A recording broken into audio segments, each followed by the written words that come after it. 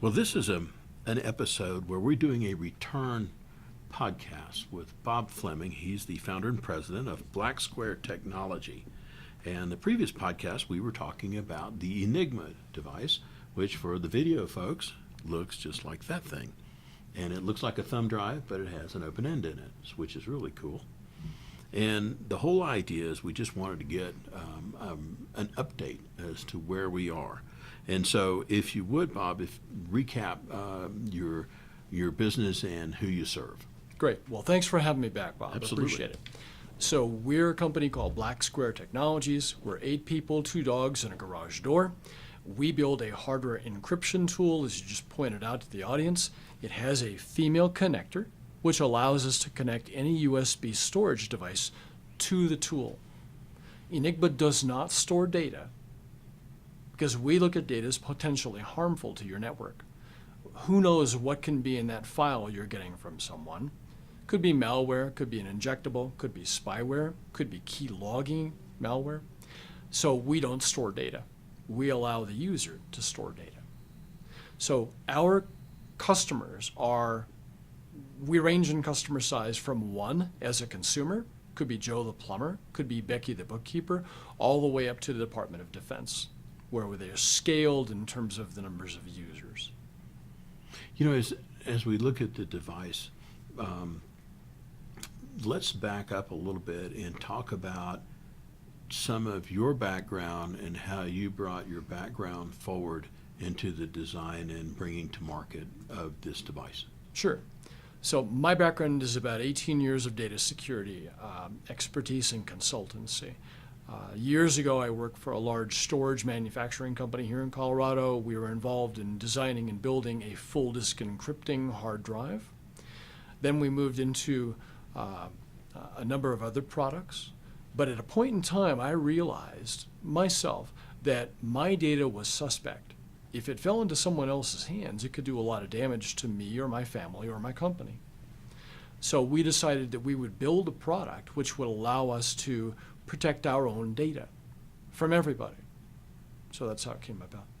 You know, and for me, we were backing up a file before the episode, and I have an Enigma device here in my business, and we were backing it up, and I have a relatively large backup drive, which has a USB plug on it, and it plugs right into Enigma, and it's a very simple process to drag and drop a file and encrypt it, and you drag and drop it to the same place.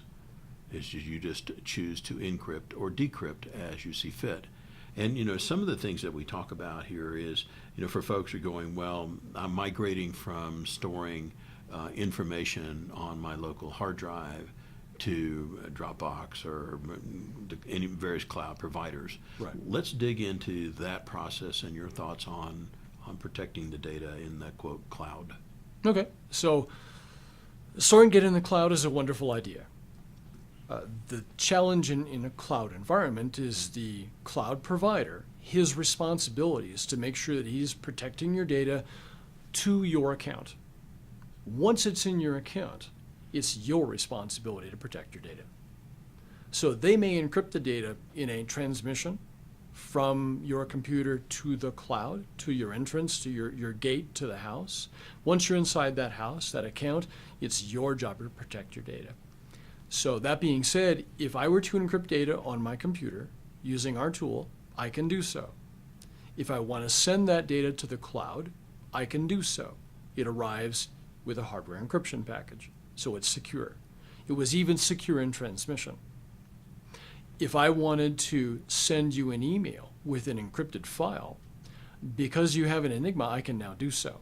All I need to do is share with you the password I used to encrypt the file, and you'll need to change your password to the one that I just gave you, and you can now decrypt that information. The process is now secure, as opposed to being vulnerable to an attack from a number of different aspects. You know, and when I think about this particular device, how is it different than some of the off-the-shelf ESET or Norton or any of the other Yeah, so great question. So there are a number of different types of plays in this space. There's what we might call software encryption.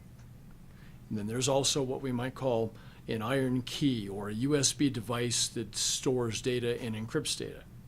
There are two different tools in that. Typically, they tend to be pretty expensive. The software encryption tends to be not so expensive. Now, the vulnerability aspect is clear and it's present in the software encryption world. I don't necessarily have to break the software encryption algorithm. I can manage your data if I have access to your system, so I can see it before, during, and after. In a hardware-driven environment, like an iron key is it's a product similar to ours, but it stores data. And they get to be really expensive.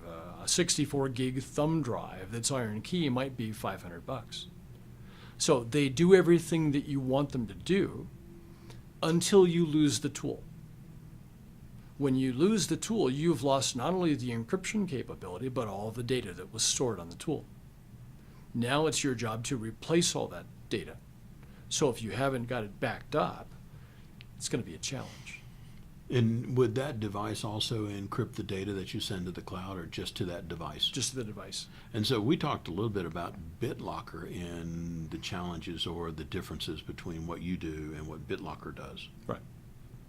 So BitLocker is a free product that comes from Microsoft. And to feel comfortable about BitLocker, I'd recommend to your users that you simply go to Google or any browser and type in, how easy is it to decrypt BitLocker? Or how challenging is it to manage BitLocker or break BitLocker? And you'll find hundreds of thousands of links.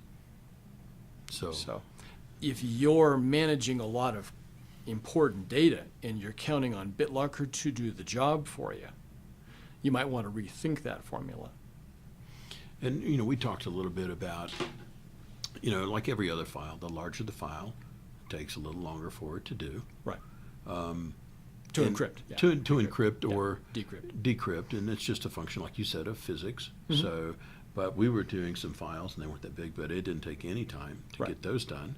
And I think in the environment, I remember years ago, some guy told me there's two types of folks in the world, those that have been sued and those that are going to be sued.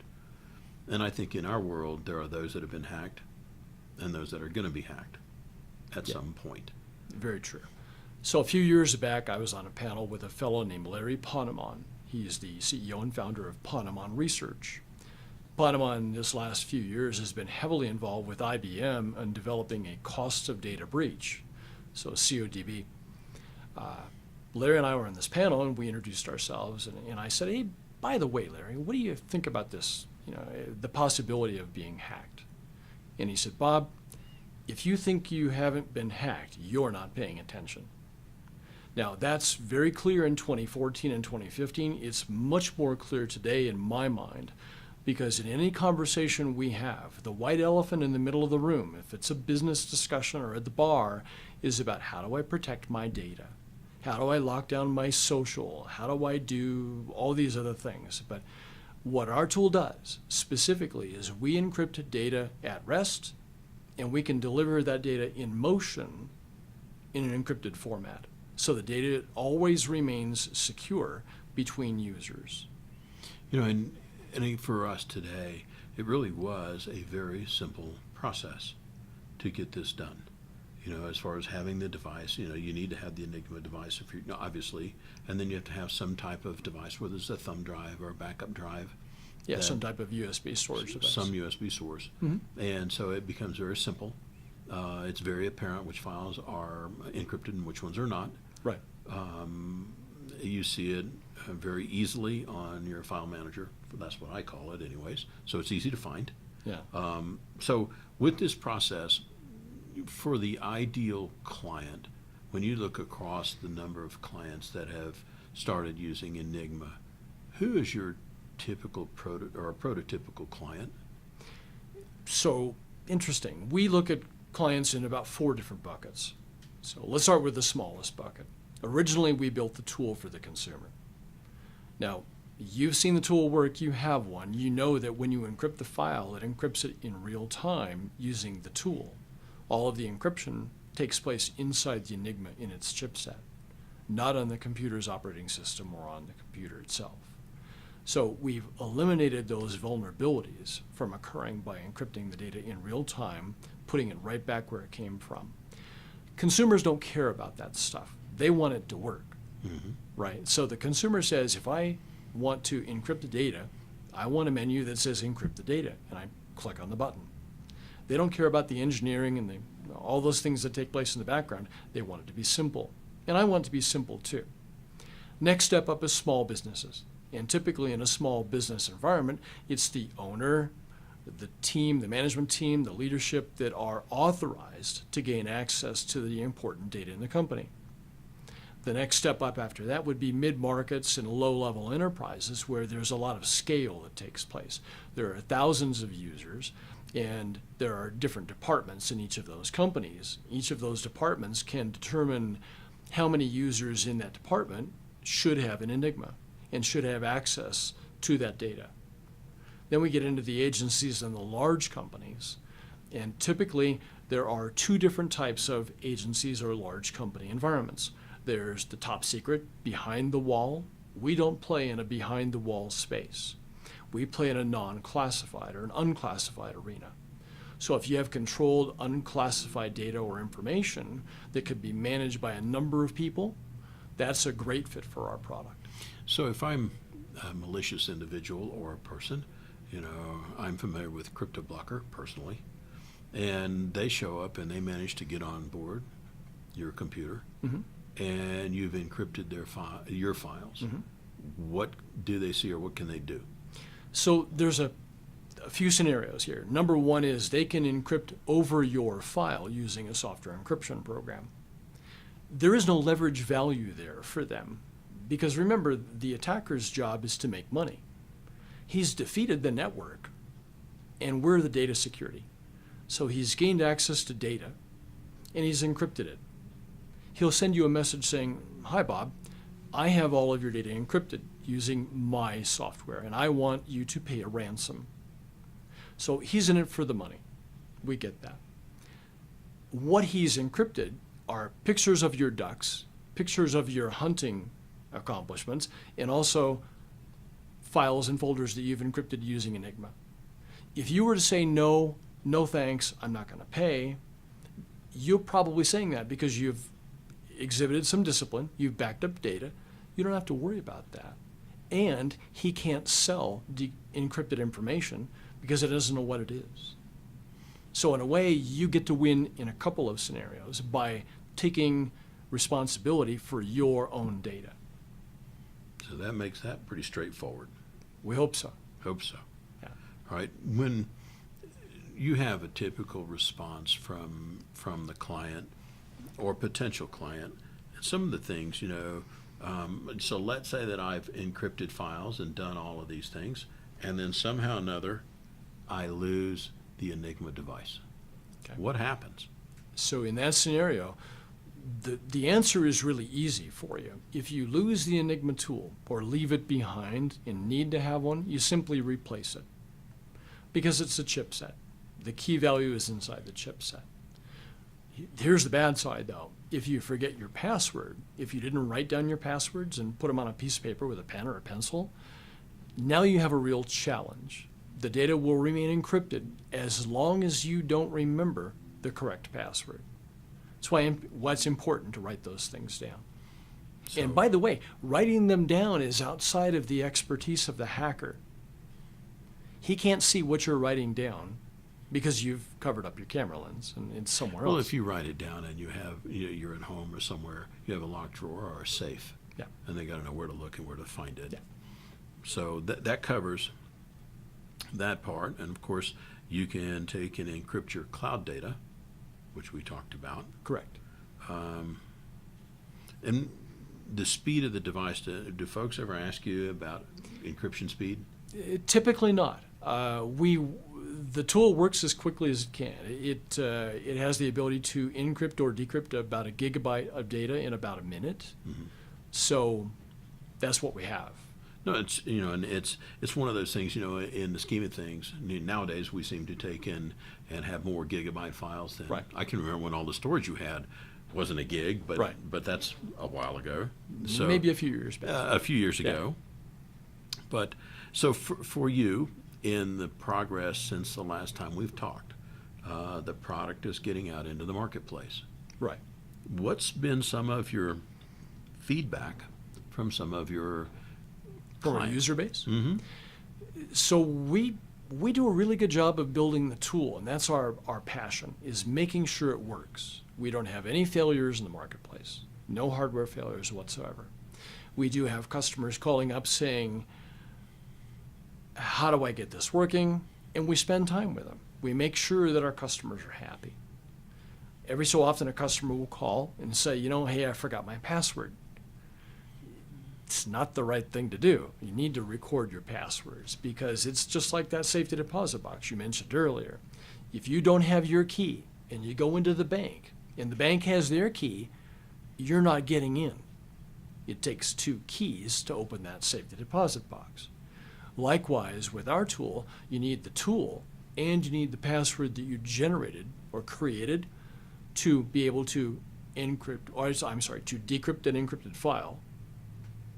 Which It's is, just that simple. I think is kind of the point. Yeah. It's 2-step. Yeah, well, some people look at it as being a bit of a challenge. It's clunky. I have to do one more thing. Well, as we were talking earlier, we went from cars that didn't have seat belts to cars that now have seat belts. It saves lives, but it's one extra click. Well, and we talked about that too. So let's say that you have sensitive files and you put them in a folder. Mm-hmm. You can take and encrypt the folder en masse, Correct. and you can decrypt the folder en masse. Right. And so it's a mechanism to take care of that particular case. So, if you don't care about the picture of your cat, that's not a problem. But Right. if you have a series of sensitive files, if you're doing financial stuff at home with Quicken, you can take and make sure that that particular group of files is encrypted. Correct. So that makes that fairly simple. Yeah, So- it's a great thing. I mean, simple is wonderful. If I'm going to generate, the typical user will make one password for Enigma. Mhm. And he'll encrypt all his things that he wants to, that are important, sensitive, or critical. That's the thinking. That's the mindset that we want, as opposed to the mindset that says, well, I'm just going to hope and pray. Hope's a thin strategy. Hoping and praying is not a tactic, certainly not a very good strategy, because we've seen over time that not only consumers have been attacked successfully, but large companies and agencies have been attacked successfully. So again, back to that network discussion. If the network is the big thing, and what's network's job? To protect the data. So let's make sure that the data is encrypted and protected no matter whether the attacker comes through the network or not, just to be safe. For the folks that are going, I really am interested and need to know more, how do they find you on social media? So we're really easy to find. It's BlackSquare Technologies. You can do info@blacksquaretechnologies.com. You can go to our Facebook site. You can find us. Okay, super. Well, shifting gears a little bit, book that recently you've gone through or looked at that's helped you run your business or adjusted your perspective? A recent book? Mm-hmm. Let me think of a recent book. Good question. It's That's a big interesting for me, I was looking at Agile Strategy not long ago, and it's a book out of from research out of Purdue, and it talks about incremental pieces of 30 days and 90-day pieces, and so that's been a good piece for me. Looking at your time frame and working with BlackSquare, perhaps we all hear about the good stuff when things work, and was there an instance where things didn't work out quite as well that basically set the stage for the success that you're enjoying now? So product development's a long road. We originally started with a product. It only worked in certain environments. It wasn't very reliable. So we improved upon that and improved upon that and improved upon that with various revisions to make it better and better. Then we released it into the customer base. And the chipset technology that you have in this thing is really robust, isn't it? Yes, it is. Yeah. It's very capable. And again, as I mentioned before, there's no latency. when you tell the Enigma device to encrypt the data, it doesn't have to wait for the operating system. It doesn't have to ask the CPU. It doesn't have to ask the software app. It says, yes, sir, it's done in real time. Which is a real benefit, I think. Yeah, it's convenience. It's what it boils down to. It's all about convenience. You know, and I think about the convenience factor, and it's also habit. Mm-hmm. I mean, you know, we've all gotten to the point, by and large, you don't leave your car running at the 7-Eleven. There's a reason. You don't leave your car running out in front of your house. There's Right. a reason. You know, and you think about this as just one more step in your protocol. You know, the internet's a wonderful place, but it also has some bad actors. And so, To your point, we talked earlier about this offline. If you're using your computer currently to develop a spreadsheet or a window or a Word document or something, you don't really need the internet to do that. Only use the internet when you really need to. There are people out there that say, when I go to lunch, I turn off my computer. Really turn it off. mhm. When I get back from lunch, I turn it back on. That's sort of a level of discipline and a combination of some security and some paranoia, just to be safe. What's the old statement they say about paranoia? Just because you're paranoid doesn't mean they're not out to get you. Fair enough. If you could put an ad on page 1 of the local paper sharing your message, what would it say and why? So let's think about that. We've looked at messaging for our product because it solves a problem. It encrypts important data.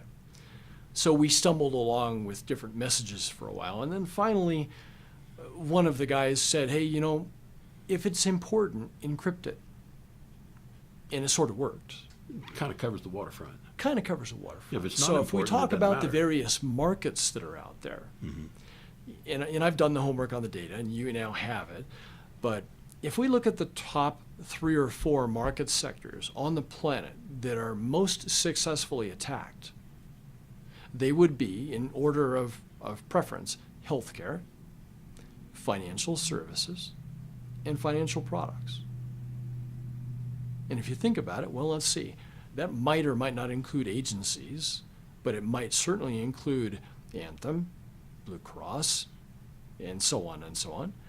And because it's the most attacked area, when you pay the fine, you'll pay more for that market sector than any other market sector, almost by a factor of 2. Financial services, they pay big fines. Governments pay fines. So if your data is encrypted and you've been attacked, you have a benefit that says, we were attacked. You know, we had these issues, but all of our important data was indeed encrypted and protected. That reads better on the front page of the newspaper.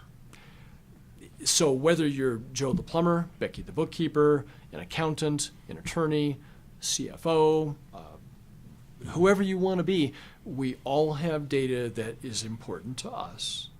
Some people might want to encrypt pictures and videos. Some people might want to encrypt their spreadsheets and their contracts.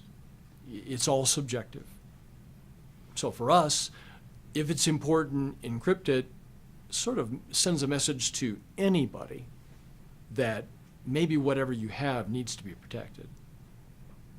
You know, if you were to look back over the past year or so since we visited first time through, the best allocation of time or initiative that's helped the company from that point to here, where would you say you've used your time best? Best for us has been to engage with both Windows users and Mac users. You know, we all hear that Mac is 7% of the marketplace, but up and down the Front Range and in California, it's 50% of the marketplace. So it's best to be able to offer a product that works for Windows users and Mac users. You know, for you, you know, if somebody said, what's your most unusual habit or what others may consider out of the ordinary that's helped you with BlackSquare the most, what would that be? It's 24/7, You're which on- isn't unusual. Yes, that's a typical entrepreneur for sure. Yeah.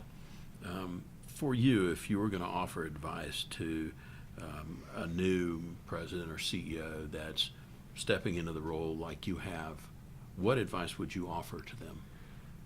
So good question. Was talking about this earlier. companies need to value their assets and then assign those assets a cyber insurance policy. If you take your normal company and let's say the asset value was 1x, you'd want to insure it for a multiple of that to make sure that if you were attacked successfully, you'd have the proper insurance to back that up.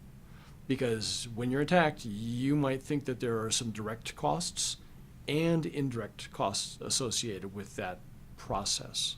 You're now going to go through a process, and it might involve litigation. And it might involve, what was that asset really worth? And has it improved or increased over time since we developed the pricing base of that asset 10 years ago? So I look at cyber insurance. It's important. Misconceptions about your role as the founder and president of Enigma and BlackSquare. I might have been the only guy that stepped forward when they said stand still. So I think that's how I got the title. You know, looking back over the past few years, what would or should you have said no to, and why? Stepping forward. No, I like it. It's a lot of fun. This is a passionate thing for me and for a lot of other data security folks.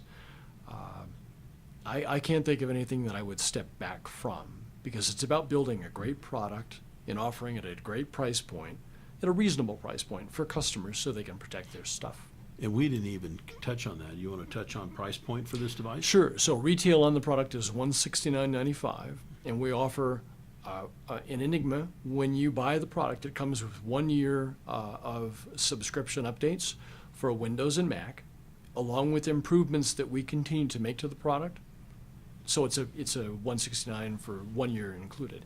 If you wanted to buy additional years, that's available too. Okay. Is there a quote that you find meaningful or one that you use frequently? Yeah, I've used it a couple times already. If it's important, encrypt it. Makes sense. Yeah. And to wrap this up, if I was to talk to the colleagues and the folks that have worked with you on this, and what would they say that you're best at, and how did you utilize that to help develop and bring Enigma to the market? So very interesting. I work with some pretty bright people, and I'm not very technically literate in that respect. I work with data security folks, network security, SSPs, and so on and so on. It's really about grit and determination. You know, if you want to succeed, it's not just a part-time job. It's full-time. You got to go make it happen. You got to expose the product. You got to promote the product in the company, and you got to develop that reputation. And we want the reputation to be sterling. We don't have any hardware failures to date. It's pretty cool. Which is hard to say for many. That's true. Yeah. Well, Bob, I appreciate you stopping by and doing this update on where Enigma is with BlackSquare Technologies and the progress since the last time we talked. So thank you so much, and look forward to hearing of your success. Thanks, Bob. We'll be back soon for round 3. Perfect. Thanks.